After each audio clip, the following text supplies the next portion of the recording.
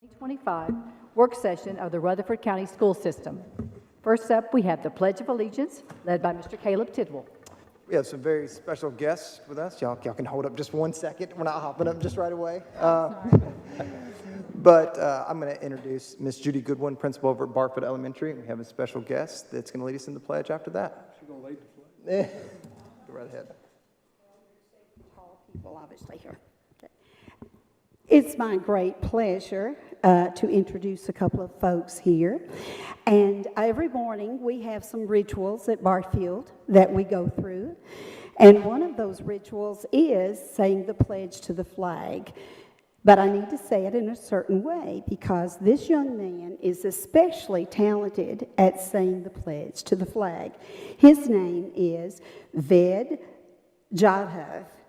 And he was born in the United States, but his family here, lots of people to celebrate with him, migrated from India. And so his support tonight is Ms. Jones, Miss Anna Jones, who is his structured setting teacher. Ved is in 4th grade at Barfield. Would you please stand, face the flag, and proudly say the pledge? I pledge allegiance to the flag of the United States of America and to the republic for which it stands, one nation, under God, indivisible, with liberty and justice for all. Let's roll the flag.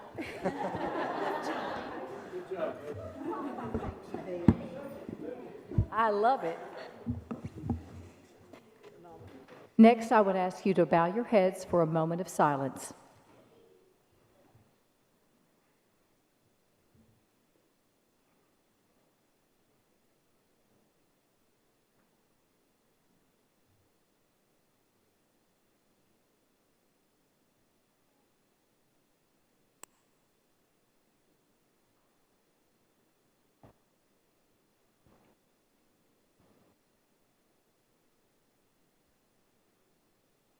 Thank you.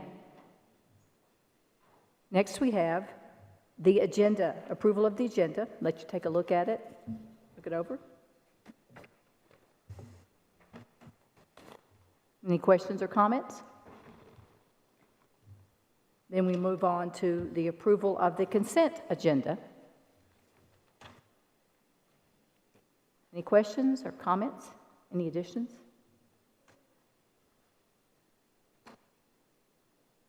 If not, we will move on to number 6, Rutherford Proud. And Dr. Lindsay Halford, you have some special guests with us tonight. Good evening, everyone. I am very excited to be here and to have some special guests with us tonight.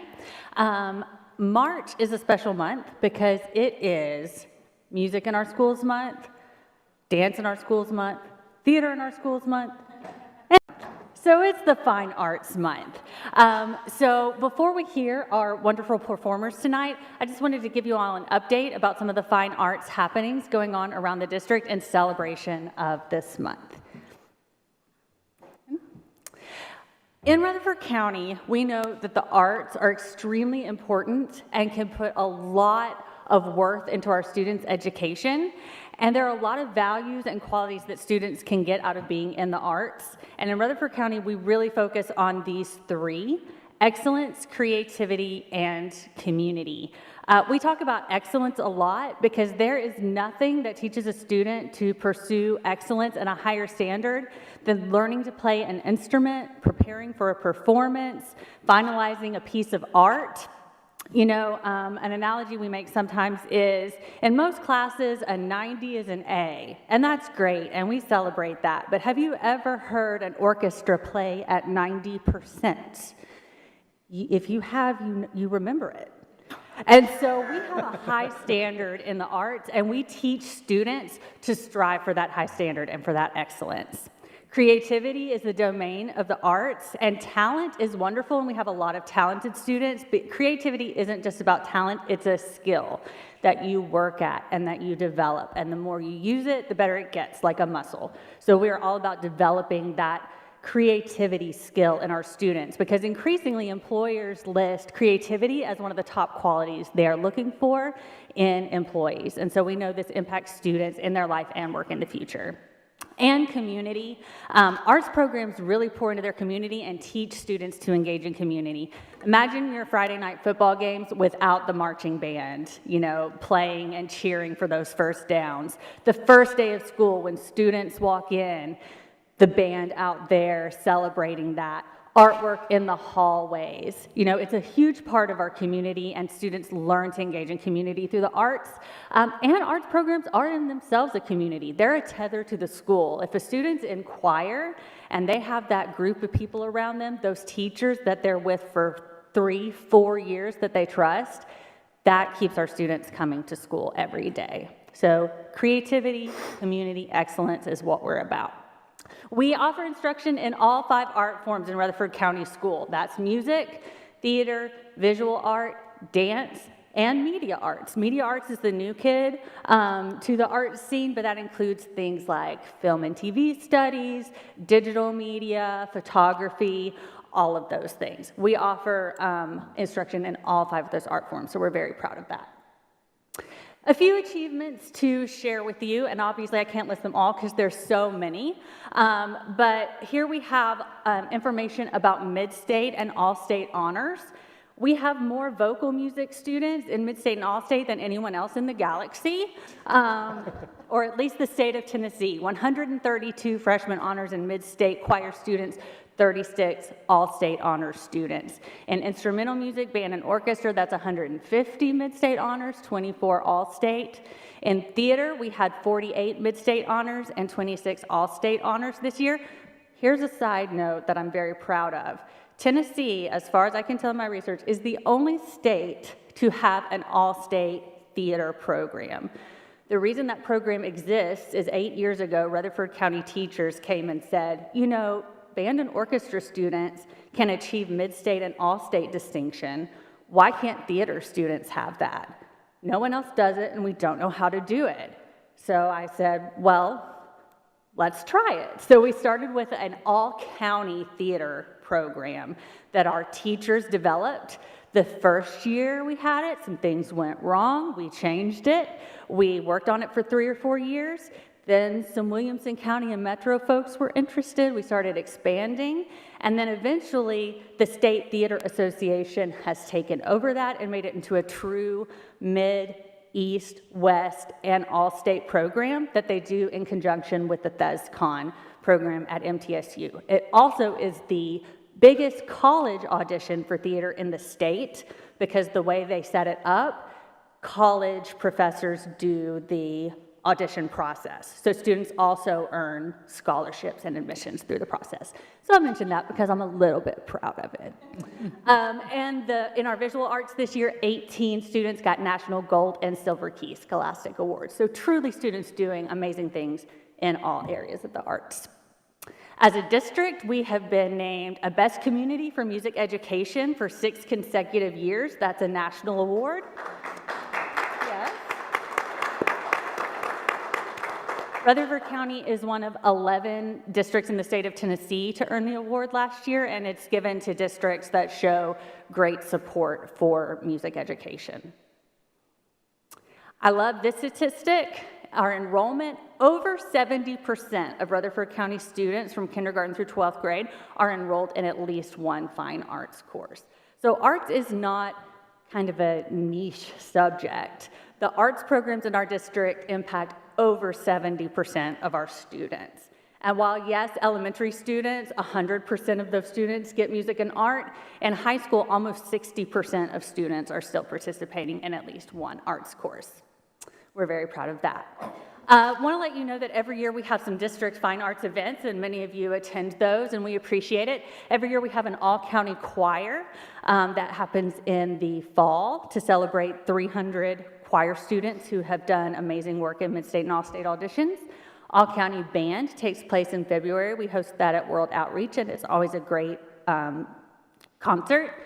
The art show is held at the Frist Museum downtown. This year we had over 600 pieces of artwork that were viewed by over 2,200 patrons who came through the museum. So great exposure for our art students.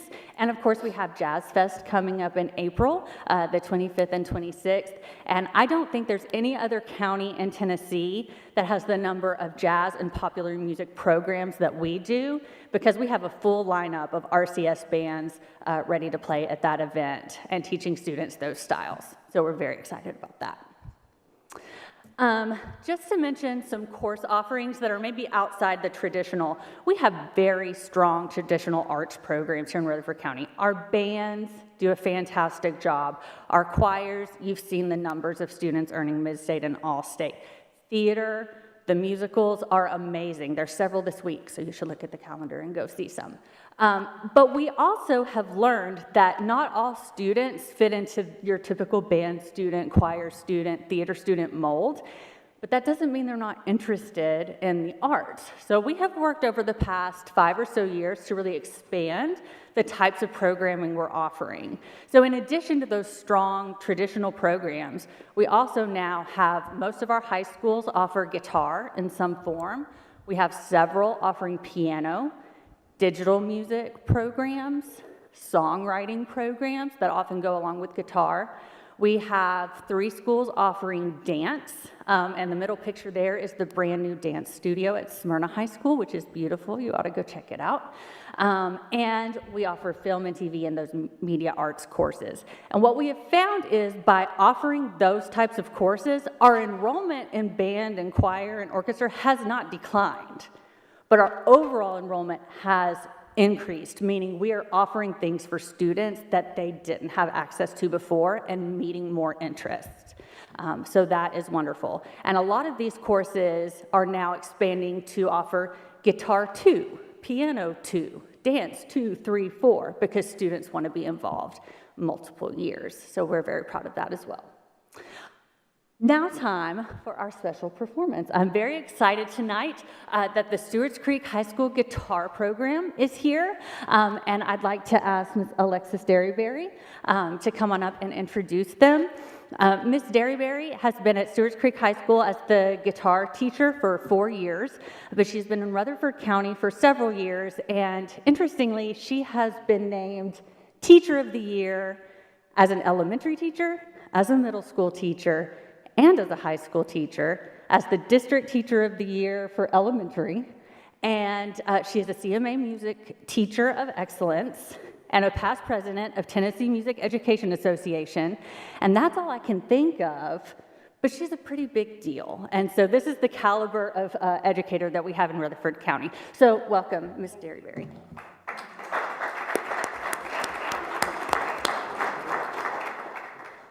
Thank you so much. My name is Alexis Eutugius Derryberry, and I'm honored to serve as the guitar, songwriting, and percussion teacher at Stewart's Creek High School.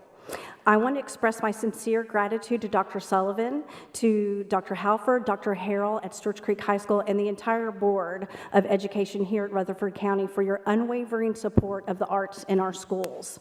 Research shows that 80% of high school students are not involved in traditional ensemble programs like band, choir, or theater. That means the majority of our students are missing out on the transformative power of music education. By offering courses such as guitar, piano, and visual arts, we create opportunities for these students to explore their creativity and develop a lifelong connection to the arts. Tonight, I'm incredibly proud to showcase a group of dedicated and talented students who have embraced this opportunity. They will introduce themselves in just a moment, but first let me share what you can expect from their performance. We will begin with a few Guitar 2 students who will demonstrate a more classical approach to guitar, showcasing the technical and musical foundations they've been developing in class. Then we'll transition to what I like to call the 10%, a special portion of our program where students take ownership of their learning by selecting pieces they are passionate about and dedicating their individual practice time to mastering them. I hope you enjoy our performance and firsthand see the impact that music education has on these students. Thank you again for your support, and please join me in welcoming our student performers. Hello, my name is Tyler Shelton, and I'm a sophomore at Stewart's Creek High School. Good Good evening. My name is Isaiah Epps, and I'm also a sophomore at Stewart's Creek High School. Hello, my name is Natalia Baranovic. I am a junior, and I am enrolled in the Guitar 2 program at Stewart's Creek High School. Hello, my name is Addison Russell. I'm a sophomore, and I'm also enrolled in the Stewart's Creek High School guitar program. Good evening. My name is Zachary Jacob, and I am a senior and a member of the Guitar 2 class at Stewart's Creek High School. Tonight, members of the Guitar 2 program will be playing And Then There Were None, A Wrinkle in Time, Charlotte's Web, and Old Man in the Sea. Following those selections, we hope you enjoyed Tyler and Isaiah performing their arrangement of Sultans and Swings by Dire Straits. Thank you so much for allowing us to perform for you tonight.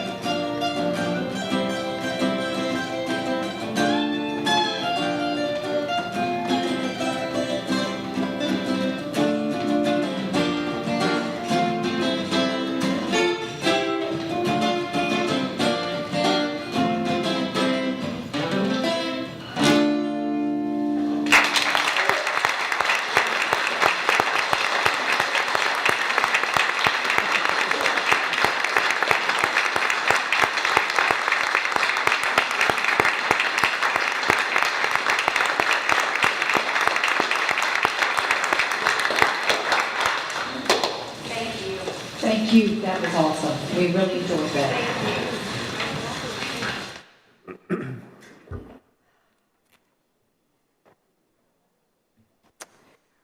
We will reserve. Give him a minute, yeah. That was great. Yeah.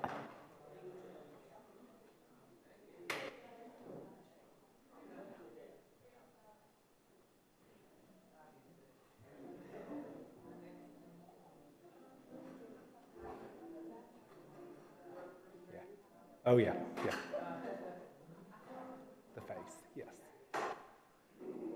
I didn't know it either until I was like, oh, yes, that is. Did you? She's done an excellent job.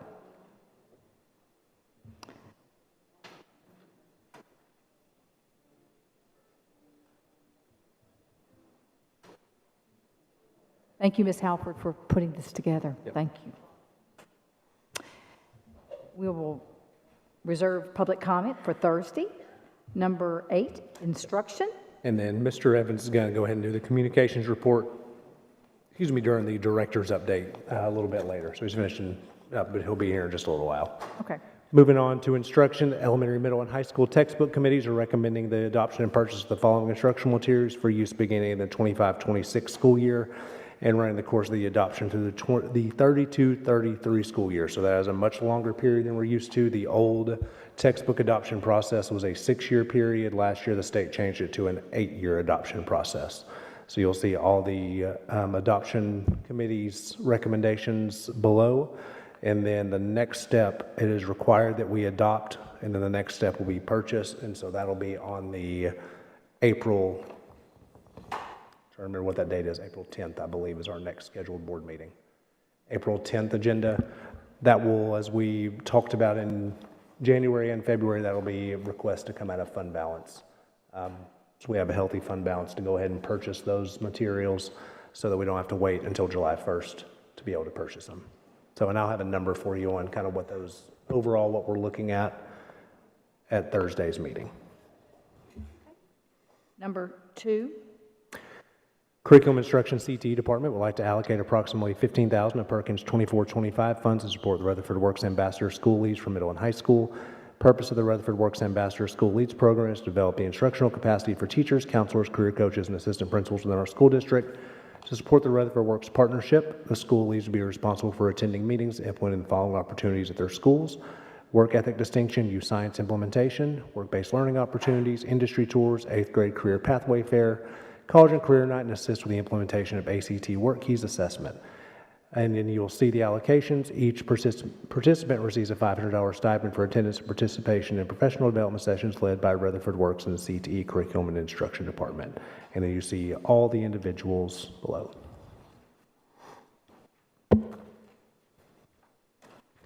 Number 9, we have legal.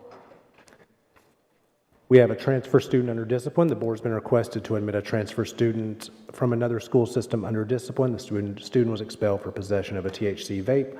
According to policy 6.318, the board may deny admissions of any student except those in state custody when a student transfers from another school system under suspension or expulsion. Director of Schools' recommendation is to deny based on space. Number 10, human resources. This is a supervisor of Teach Now specialist. This is a new job description for a supervisor of Teach Now specialist. Rutherford Teach Now is requesting the approval of a new job description. Supervisor of Teach Now specialist, the job of the supervisor of Teach Now specialist for the purpose of performing managerial, professional, and technical and analytical duties in support of the district's teacher preparation and retainment goals. Responsibilities include maintaining data collection for reporting compliance, curriculum and program development for accreditation, and the training of our specialists for effective teacher preparation in accordance with the state board rules, policies, and procedures. Dr. Anthony, how many people do we have in Teach Now? It's a little bit over 120, roughly. Yes, and we do have all of our hard-to-fill positions, which is how we're able to fill those and do our signing bonuses for them as well, so a little bit over 120. It's amazing that. Yeah, it's really working. Dr. Solon? Yeah. Madam Chair? Yes, Ms. Darby. So is this a new position or just a new job description? New job description. Just a new Yep. description? And I think it moves this person from 200 days to full-time 260 so that they can work over this. Repurposing the position. Yep. Thank you. Any other questions? Okay. Number 11, engineering and construction, and I'm very excited to have Mr. Lee come up and talk to us. So as the board knows, we've been looking at this property that you got before you tonight for a number of months. We have gotten a signed contract from the sellers of the Lee Road property. This is for 161.7 acres. This is being proposed to be, we would have an inspection period on this of 180 days. That would give the school system time to do the geotech testing, surveys, phase 1 environmental studies, all the things you would typically do to make sure this is suitable for a school site beforehand. There's two 30-day extensions on this as well, so we have basically 180 days plus 2 additional extensions of 30 days each, should we need those. This will be contingent on county commission approval and funding for the purchase of the property, and this will come back to you. So if you decide to vote to go forward with this contract on Thursday, this just puts the contract under, it puts it under contract, so you have control of the property, can do your testing, do your evaluation and analysis of the property, make sure it's suitable for your proposed needs for a school site. If you determine it's not, you can walk away. There's no obligation so long as you terminate before the end of the inspection period. So during that time, you want to do all the testing, you want to go to county commission and make sure you can get approval for funding to purchase the property. There is one contingency on the seller side. There's a conservatorship on the seller side. So in the end, if this contract's approved by the board, we will have to go to Davidson County and get this approved by the Chancery Court of Davidson County on the seller side as well, which we think we should do, but that is a contingency on the seller side. But that's something we would proceed with if the board decides to sign this contract. This is property that is a good location in the county, is one of the densest growing areas of the county, one of the highest growth areas we have in the county. It has really good road access there with Lee Road. Sewer is on the property. Water is available to it with some reasonably moderate changes on the water line to upsize it along Lee Road, which the CUD is already planning to do under a participation agreement with other developers in the area. So we will have sewer to the site, water to the site, and roads to the site. So it does have the essential ingredients we would need for a school site if we decide to do it. So I don't know if Mr. Lee wants to comment. Do we have any drawings of this to pull it up? I don't have them ready to pull up, but they're part of the packet. Okay, all right. So they're in your package. So that will be presented to you Thursday night. Yes, Ms. Rosales. Thank you. I have a question. So, what is the price for the acres? Have we decided on that? This is $80,000 per acre. $80,000 per acre. And then last time when we were doing the property on the Beatty property, we signed the contract, but then we as a board decided that we were going to do the appraisal first before we enter into the 180 days, so that we could see if the $80,000 that is for the acres is comparable to what it appraised. Is that an option that we can do? I don't recall. I don't know. I know we did an appraisal on the Beatty property. I thought the appraisal was done during the inspection period, is what I think I recall, but I don't remember. I know we kind of took a pause on it. We did the appraisal first, and then we enter into the 100. I don't think so. I think we. It was within the 100? Yeah, we would still do. But we did the appraisal first before we did the other testing, though. That's what I think it was. We did the appraisal I think we first. did the appraisal before we continued. Exactly. Before we approved to go forward with testing. Yes, and I would like to bring that option again for us to go through the appraisal first to see if the value of the land appraises somewhat comparable to what the asking price is, so that we can make a determination whether to move forward with the other tests. That's what we did with the Beatty property. I mean, we still lock in the price and sign, but... Well, I mean, the contract's coming in for Thursday night, so if you decide to vote on the contract on Thursday night and approve the contract, you will have options to undertake whatever kind of testing or examinations, whatever order the board decides at that time. So I think it will behoove us if we do go through first doing the appraisal, so we can see where we land and see if the pricing is comparable. and then come back to the board to move forward with the other tasting? Because I don't, and that's something the board certainly can do. I don't know if there's going to be much of a willing, this is grade A development property. Yeah. So this is not in the remote areas of the county. So I think it would appraise for the purchase price. I don't know the seller would sell for a lower price than this because I've been beating him up on price for several months now. I think this is the floor he will have on the sales price of the property is my honest assessment on it. But the board can do whatever it decides to do on it. I understand, but I'm only one vote out of the 7, but I would like to move forward with appraisal and see where it comes, and then move forward with the testing, just so that we can see where we're at. I'm just one vote. Madam Chair. Yes, Ms. Darby. Mr. Reed, I don't know if this is better asked of you or Mr. Lee. I know when I went to look at the property, there were some weather conditions. We couldn't drive further back than a certain point. Are there any major elevation concerns, number one? And number two, do we know if the property goes through on the backside so that there's a separate road that would be able to access the property other than Lee Road? Today, do you want to address that? Or I will say today, there's only road access at Lee Road. There are plans for the long-term plans for Rocky Fork that the town of Smyrna does have Rocky Fork extending to the back end of this property. Okay. So there's additional right-of-way that the town of Smyrna would have to acquire in order to get to that point. But that's an option. There are also a couple other additional options that might give us a route out on the back that we could pursue once we get the property tied up under contract and can talk to neighbors and see what we can get worked out. Okay. Elevation. The elevation is, a good bit of, there is one hill on the property. A good bit of it is flat, but there is a hill on it. It's something, we've looked at this as a two-school site.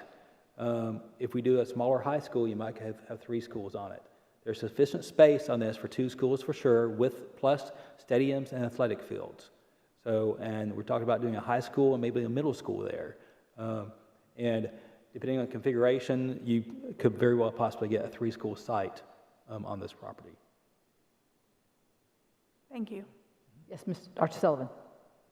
To kind of hit on Ms. Rosales' request, is there any reason we couldn't put it under contract, do the appraisal, wait for the appraisal to come back, and then start testing? Is that kind of what you were? Yes, that's what I'm saying. So you were Still still sign the requesting, okay. contract. Yeah, Okay. no, I'm not saying we walk away from the contract. I'm saying we lock in the $80,000, we sign, but we start off with the appraisal. I misunderstood, okay. I am so Thank you. sorry. Nope, I apologize. you're good. Ms. Maxwell. Yes, Mr. Tittle. Mr. Reed, you said you've been in negotiations about this for a long time, so this is not the starting price that they requested? No, this is not the starting price. Okay. There's been other developers interested in buying this property. Sure.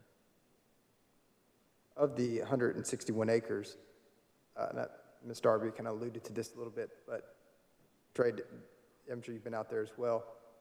How much of it do we think is really going to be usable? Are we going to have pretty much, are we buying any land we don't need in this 161 acres? Because I can understand that the property owner is probably selling the lot total and not wanting to partition any of it off or anything like that. There is a creek around the front end of the property, and some wetlands around the creek, but it does not impact the building pad for school sites. And in fact, you may be able to use some of that for drainage and detention for the school. All right, but we're not looking like any flood zone type issues. I mean, other than there are some wetlands around the creek at the very front. So if you remember, I think you went to the property, when we crossed the creek coming in, and there's some low areas around the creek, as you would expect there would be. It's not anything that poses any substantial development problems with respect to the property, and you may be able to incorporate the detention areas for the school into those same areas. It's a great piece of property. We don't need to mess around and let this land get away from us. Anybody else have any comments? The only observation I would give everybody is think about what you want to do. Execute the contract. You got this free look period, for lack of a better way to do it. Any concerns that each one of us has, There'll be several concerns out of construction. Trey goes through a series of evaluations, elevation, sewer, water, all that kind of stuff. All that stuff can be addressed. So anything particular that you want to do after the fact, after it's under contract, we can do. You know, we can hash those out. So don't get sideways right now. Yes, Ms. Sharp. Thank you, Madam Chair. I'd be interested to know what that species was that we saw the footprint when we were there, because it was snowing when we went last year and looked at it.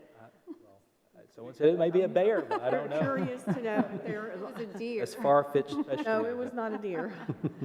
It was as big as, it was as big as my hands. There are a lot of deer on the property. I've not seen a bear on the property. Be interested to know that we've gone through all of this and then there's an endangered species or something. That'd be our luck. That would be our luck, yes. I think bulldozers should run anything like that off, so we don't have to worry about that. Yes, Mr. Tidwell. Go ahead, Trey. I do have a couple of exhibits for Thursday night. Proposed two-building layout, proposed where a road could go. There is some opportunities. Once we get the property, I will show you the floodplain. I do have the information from CUD on the water line, those kind of things. So I got 3 or 4 things to show you Thursday night. Okay, thank you. Ms. Madam, Let Mr. Tidwell. Oh, okay, I'm so sorry. Oh, I was just going to follow up with that. Thank you. Dr. Sullivan, can you speak to, we had tossed around some different ideas and how this might fit into that? Yeah, so we had you're talking about the retreat and what we talked. So our plan has been to open I hate to say a monstrosity, but a big monstrosity of a high school. And so that has been our kind of plan to build these 2,500 site high schools. I think as we continue to look at Rutherford County, the desire is to not become a huge district that loses its identity. And so we are going to try as hard as we can to get away from these huge giant campuses.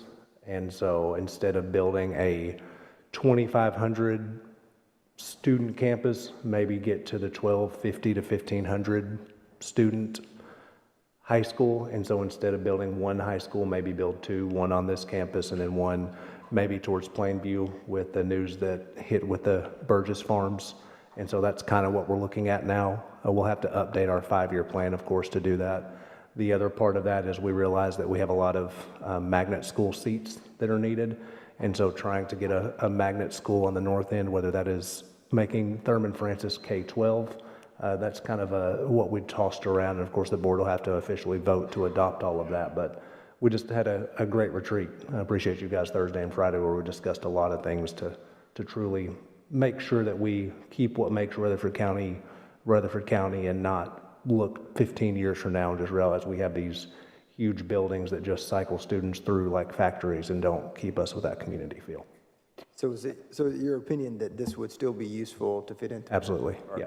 Especially with that plan, you could almost have like we have the Stewart's Creek, the Blackman, those type of campuses. We just can't build the 2,500 student, 1,500 student middle school and 1,200 elementary. We just have to build smaller. Thank you. It's Ms. Rosales and then Ms. Sharp and then you, Mr. Ball. Okay, thank you.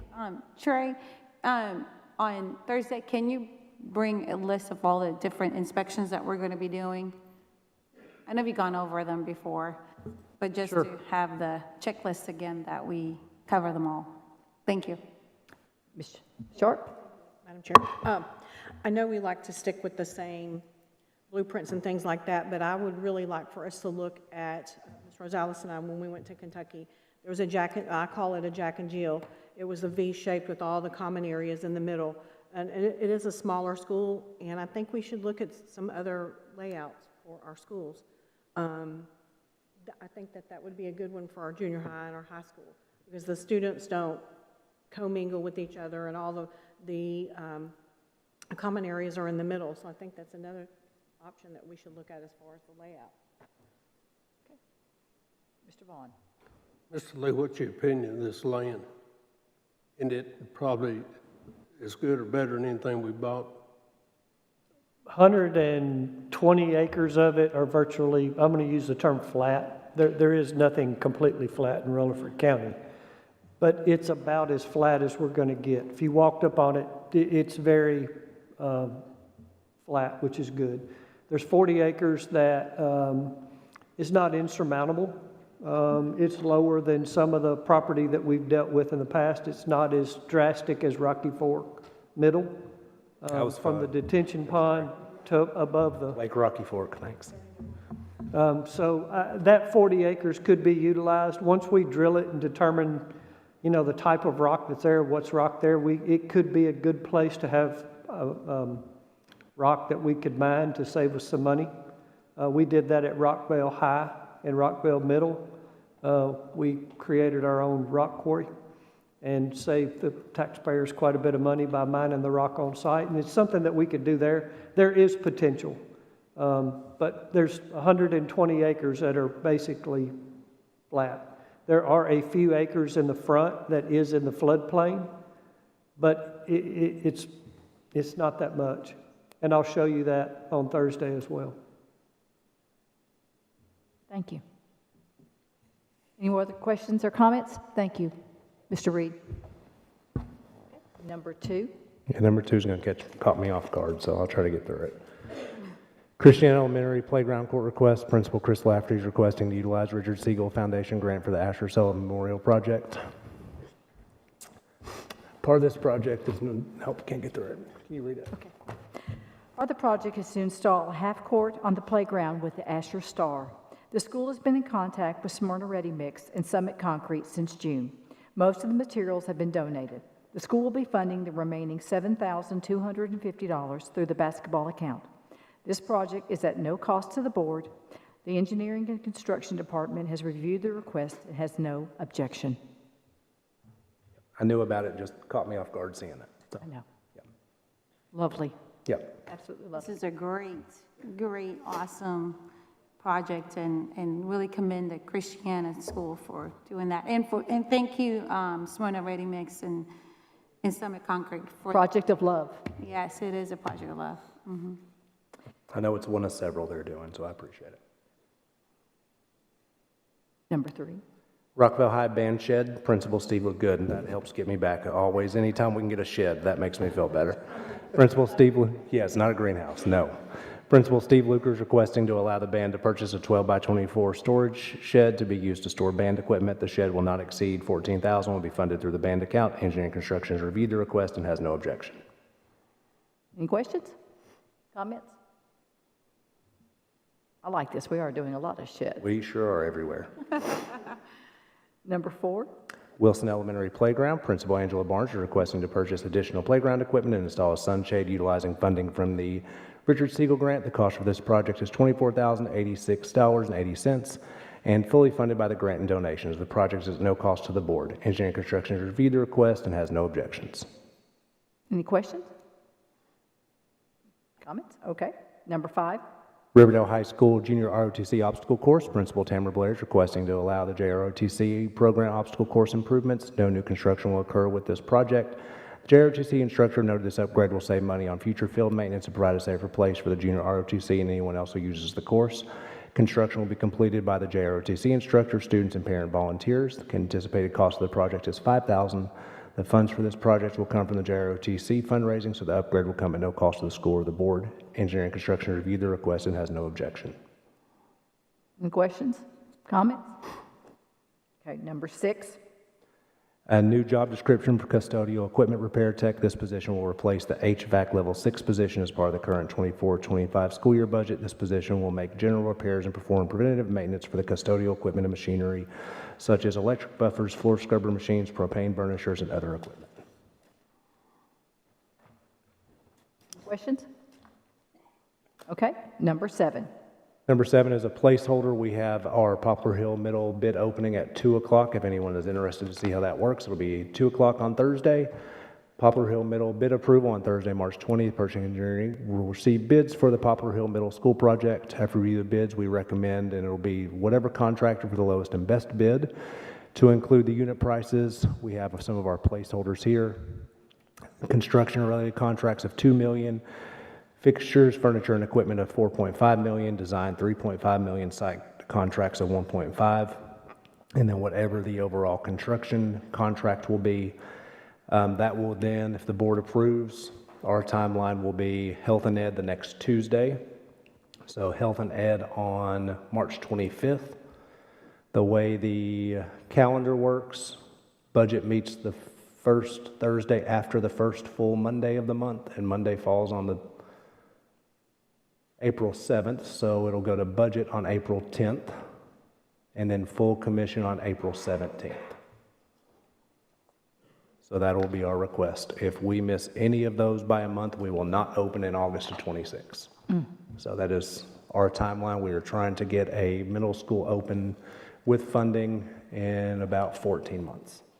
Mr. Lee, when we bid out for the last school, how many architectural firms ended up submitting a bid? I'm just anticipating more You're than talking about contractors? contractors, I'm sorry, yeah.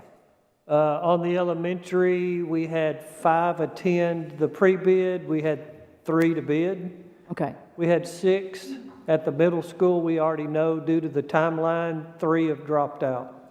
They can't make the timeline. Okay. So right now, we're expecting 2 to 3. 2 to 3, okay. Any questions? Yes, Mr. Tidwell. Dr. Sullivan, could you repeat those dates again? I got Yeah. Health and Ed on the 26th. Full, yes, Health and Ed is the 25th, sorry. 25th. Tuesday at 5:30, Health and Ed, this coming Tuesday, March 25th. Then it will be at budget on April 10th. So Dr. Martin will probably be leading the board meeting on April 10th, because anytime it's a big request like that, I need to be the one presenting it. April 10th will be budget, and then April 17th will be full commission. Yes, Ms. Rosales. Thank you. So I have a question. So I know the construction side is blank. Is it because we're not We don't have the sure? bids yet. We don't have the- When is that going for? Thursday at 2. Oh, this is all for Thursday too. Okay, I'm so sorry. Yep. Do And you think pricing is going to come down? Is it still the same? or- It better or it won't be approved. I'm just telling you, if it comes in high, it won't be approved and we won't open a middle school. Oh, wow. How much was it for, I mean, with all the budgets, yeah. I mean, it is what it is. how much did it cost for Laverne? What was the cost per square footage for Laverne, for the addition? You can't compare additions and new construction. This is new It's construction. like, as They're part of two the. different animals. Yeah, somebody outside, yeah. Yep. It's part of the contractor game, because I know the contract, not bus contractors, sorry, not bus contractors. Well, that's going to be interesting. Yes, Bids are going to come out. in the construction business, they'll bid against each other and kind of talk against each other. But if it comes in too high, the county commission won't approve it because there's not bond capacity, so. How much was the won't bid happen. for the Poplar Elementary School? Not the bid, the square footage? It was about 315. 315. I already know that because I had conversations with our finance director today. It's like if it comes in above a certain amount, just don't even, it's not happening, so. the Let's bond stay cap- positive. Bond capacity's Positive. not there. So we're hoping we're going to go less than 315. Any other questions or comments? I got a Yes, question. Mr. Vaught. And you may kick me on the table for asking this, but in your statement, you said 3 dropped out because of the timeline. If the timeline was longer, do you think they would be more inclined to participate? Yes. You think that's going to hurt the competitive nature of the bid? No, because we'll have more than one.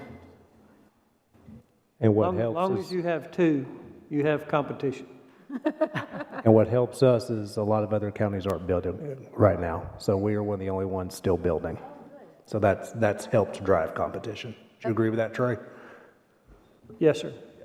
Well, that will help with the pricing. It does. We're the only county. Yes, it will. That's good news. 'Cause I've when been we a were poker building- game always better than 2, though. Yep. Okay. It is. But this is the timeline we had to meet for bond capacity. So it's always you got to have the bond capacity. Number 12, bus contract.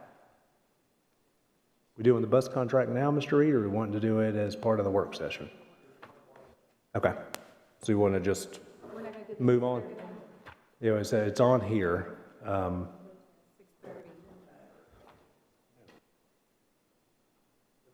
contract will be an agenda item for Thursday night, so Very that's why true. it's on this That's why it's agenda. on here. Because it's on, That's it'll be true. a business item. So Very if the true. board wants to make any kind of action in regards to the bus Thursday night, contract on yes. Thursday, you can. I know we have a work session with the bus contractors after this to ask questions for them to Yeah, ask. so I can go ahead, yeah, I'll read this then, and then I can make some, just before we get into the work session, kind of where we are. So current bus contract expires at the end of this school year. Negotiations have been ongoing, multiple bus contractors over the last several weeks. Jeffrey, the board attorney, has been engaged in extensive discussions with attorneys for an association for many of the bus contractors, met with multiple other bus contractors, and met with the school system. Transportation Department. Attached is the proposed contract, which we'll discuss following this in our work session. Changes have been made to the initial draft contract from the Transportation Department to incorporate language to address many but not all of the comments from bus contractors. An effort has been made to respond to the concerns of the bus contractors to the extent feasible that still allow for timely and safe transportation of students and operation of the school system. Most significant issue is in the new contract, the requested increase in the mileage and seat rates. That remains an open issue for the board's consideration and determination. The attached contracts presented for any action the board desires to take on this contract in any direction the board wants to provide. I'll go ahead and just make a couple quick statements, and then we can discuss it further in the work session. We have a placeholder as 5% raise. I don't think that's realistic, is a 5% raise. Mr. Reed, would you mind coming back up, because I know you have a placeholder for something else too. Well, one of the conversations we've had was about insurance as well. Yeah, What do you so have as insurance in there? Yeah, we're talking more about it in the work session, but as you know, the state legislature last year changed the law with respect to how insurance operates with bus contractors. So previously, the school system had provided insurance coverage for the bus contractors. And under the new law, that is now prohibited, and bus contractors are required to obtain their own liability insurance on their buses under state law. So what I currently have in the contract to address that is basically a payment to the contractors of $4,000 per bus route to compensate them for the bus insurance they would have to buy to comply with the new law. So that we got several quotes for insurance from several of the local insurance agents, and that amount seemed to be about average of what the cost would be to provide the type of coverage we're providing for in this contract. So we're thinking that is going to be sufficient insurance for the bus contractors to purchase insurance directly with that money that we're paying them. Yep. So that is a $4,000 amount we have in the contract. We can talk more about this in the work session. But And so from a financial standpoint, all I would ask is it's when we're looking at the entire raise perspective and the percentages, $4,000 what calculates to a little bit between about 1.3 million, I think. There's 300 and something bus routes. So about somewhere between another 2.5%. And so when you're looking at these percentages, if you're looking at a 10 to 12%, which is where I feel pretty comfortable we can fund, if you're doing another 4,000, then you're looking at really about a 15%. And so the higher we go, if we can go higher than that, from a financial perspective, then that extra 4,000 from just a budgetary perspective is about another 2.5%. And so just as we can have more conversation, I just wanted to throw that out there that I don't think it's realistic to start budgeting from 5%. That's not realistic. But I also don't feel like the other portion was realistic either. So if you were to just put me on a spot and say, Dr. Sullivan, where do we go? I would say somewhere between 10 and 15. Closer to probably 12.5 would be where I feel comfortable from a budget perspective, with about $4,000, and then the board can take it from there. But we can discuss that more during the work session. But since it's on the agenda, I needed to throw something out there that we could at least start talking about. Yes, Ms. Darby. Madam Chair, just since you kind of touched on it real quick, when we were at the retreat, you had talked about several of the positions and maneuvering and things that you guys did to kind of leave space for this. Was that with that 10 to 15% in mind? It is. Okay. Yeah. And it still budgets us in the deficit. So all of this still budgets us in the deficit. That's just for us to keep in mind, and it's still the county commission at the last second could say, no, we're not going to let you budget into the deficit, and you have to go back and cut the $7 million at the last second. I would sure hope that with the good faith we've shown of being able to have a balanced budget. First, I would hope they would be able to keep our funding. We're going to ask for the same pennies, not the same amount, the same pennies that we've had. So the growth of the penny, the same exact structure that we've had. There was great news yesterday that we did a press release about our performance. But as part of that, we're per pupil expenditures 125 out of 143. And so there's only so long that holds. And we being in the bottom 18 of school systems in the state, it hurts. And there's only so long that's going to hold. And we keep saying we're at a breaking point. We're proud that we do more with less, but you can only do more with less till your performance starts to fall. And we're getting close. We were at 117 2 years ago when I took over. Now we're at 125, and it's going the wrong direction. And we're adding a school. And so it's just, we're going to request the exact same pennies that we have this year. Do I think that's likely to be funded? No, but that's what our request needs to be. We need to request what we get, what we need. And so that's just for conversation. But yes, it is totally part of that. I tell you, it's unbelievable that we do the job we do with so underfunded. Yeah. I mean, well, we're smart. We're smart with what we do. We put it in our people and put it in our funding, and we don't fluff. No fluff. I tell you, we need parents and everybody in Rutherford County to get on board and encourage the county commission we got to do something. Because I tell you, it's not going to go away. It's just going to get worse. The part that's not mentioned in that I do think deserves credit is what's not included in the per pupil expenditures, the amount of funding that's gone to build new schools. And so it's a balance. They've funded almost $300 million, and in the next month, I'm going to ask them to fund an additional $80 million. So it is a balance. They've done a great job, but we can, from a per pupil truly expenditure, we can't keep operating like we're operating.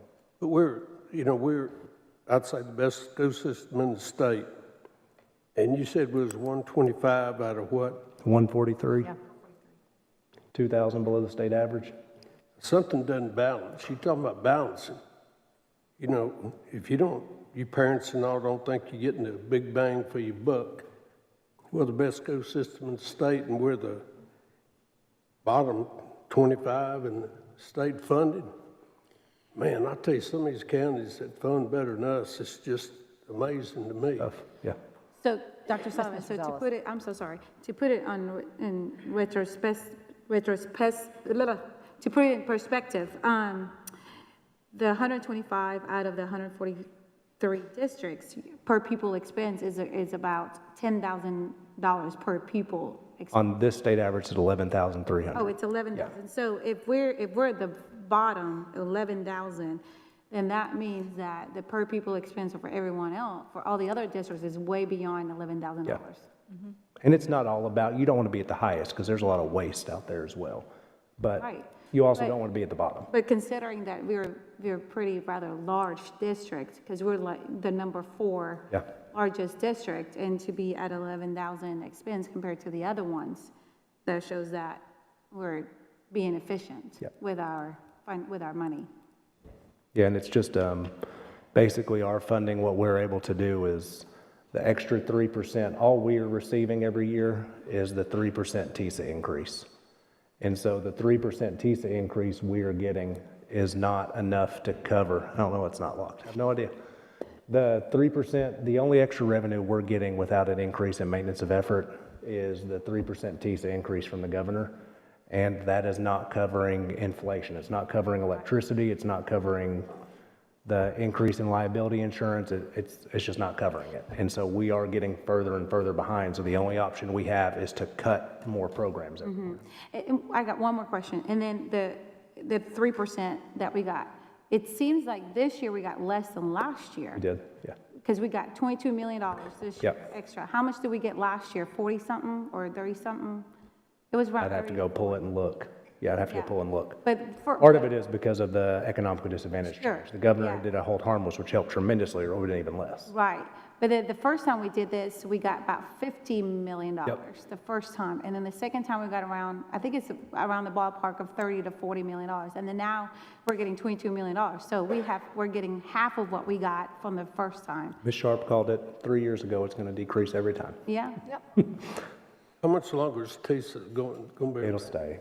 They'd have to have a whole new funding model, and there's nothing on the, 2 more years, that's it? yeah, but there's nothing on the agenda to replace it. Well, I'll tell you what I hope. I like it Hope they better than do away BP with the still. Department of Education in Washington, and all the money they spend, divide it up and send it to the school systems across the United States. Well, you hope that's what they will do, but we don't know what I the don't plan know is about or what that. they're planning to do. We encourage them. Of course, we encourage any money that we can get. Okay. Mr. Vaught? Curious question, when you said it was 3% this year, what's it been the last 5 years? 3. It's just maintained, is that what's built into the formula? 3% every year, so TISA, that it's just been a 3% increase the last 2 years, because we didn't have anything before that. what did we have before that? It's for 5. BEP. BP. That's the back end of the BEP.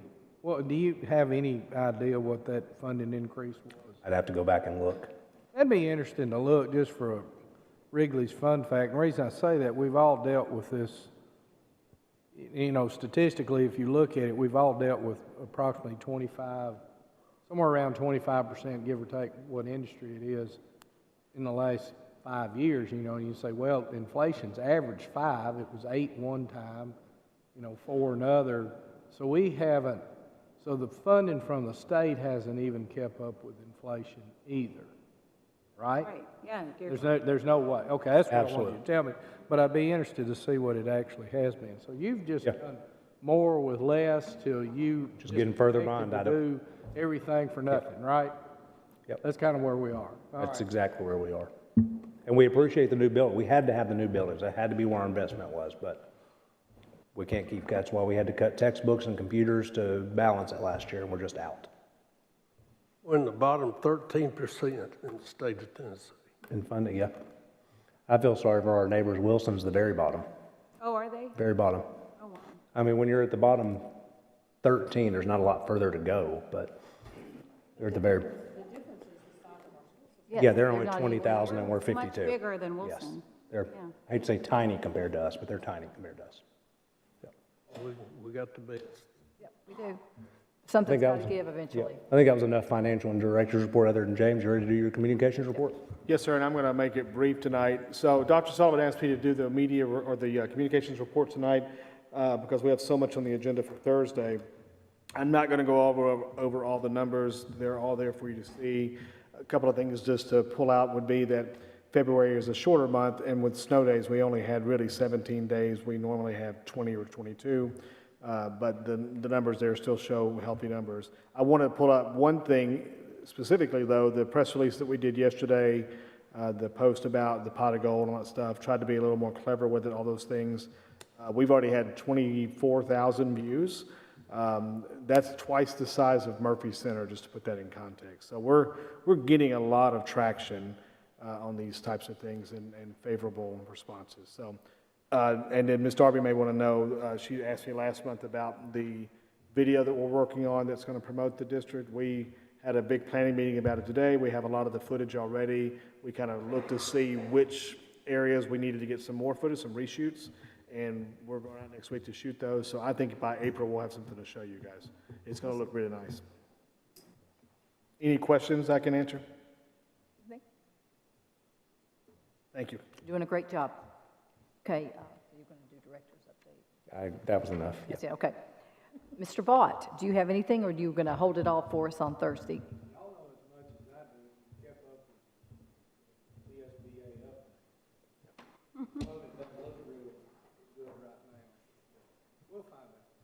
Okay. Any general discussion? Yeah, Ms. Maxwell? Yes, Ms. Rosales. Thank you. So this week we had Career Day.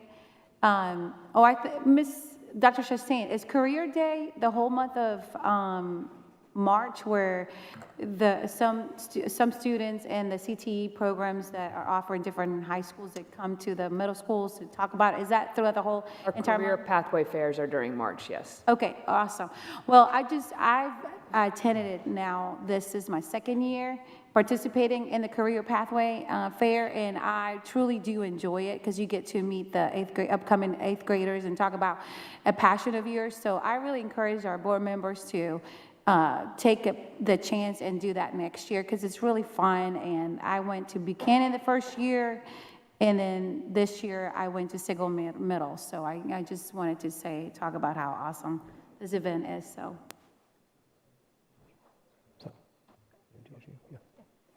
Yeah. Dr. Go ahead. Sullivan? No, go ahead. No, you go ahead. Let Ms. Sharp and then Dr. Yeah, Sullivan. you go ahead. Okay. Y'all, Jazz Fest, Jazz Fest, Jazz Fest. Yes. We need to fund it. I met yesterday with a new vendor who has a sensory cabin, who's going to be there. Yes, a sensory cabin. And they rent it out for birthday parties, so we're going to have that. And we've got some other new vendors from last year.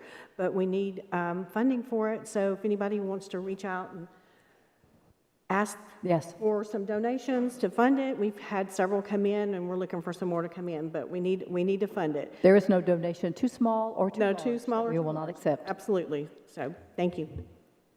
Yes, Dr. Sullivan. So I think our board knows, I'll let them know about it today, but I was notified today that there was an amendment filed to TCA 49-8-1503 that would allow our local university to operate their own school system 9 through 12. And so I've reached out for a meeting with MTSU, and once I know more, I will find out. But that was, I think, caught us all a little bit off guard today. So once I know more, because we have a very robust, strong partnership with MTSU, and that would definitely be interesting for us to have that partnership with. So we did have, or we do have? I'm not sure. I mean, we do still have a great, robust dual enrollment campus school partnership with MTSU, but that would be having the same students with the same partnership. So there's lots of questions that I have that I've asked to have a meeting with. So Could we make it an educator pathway school? an educator pathway school would be awesome. Yes. Awesome. That's what we need. So, No reason for us to get our PTE programs. yes. So. Well, if that's all, we're going to adjourn, but I would like for us to reconvene in 10 minutes for a work session with our bus contractors.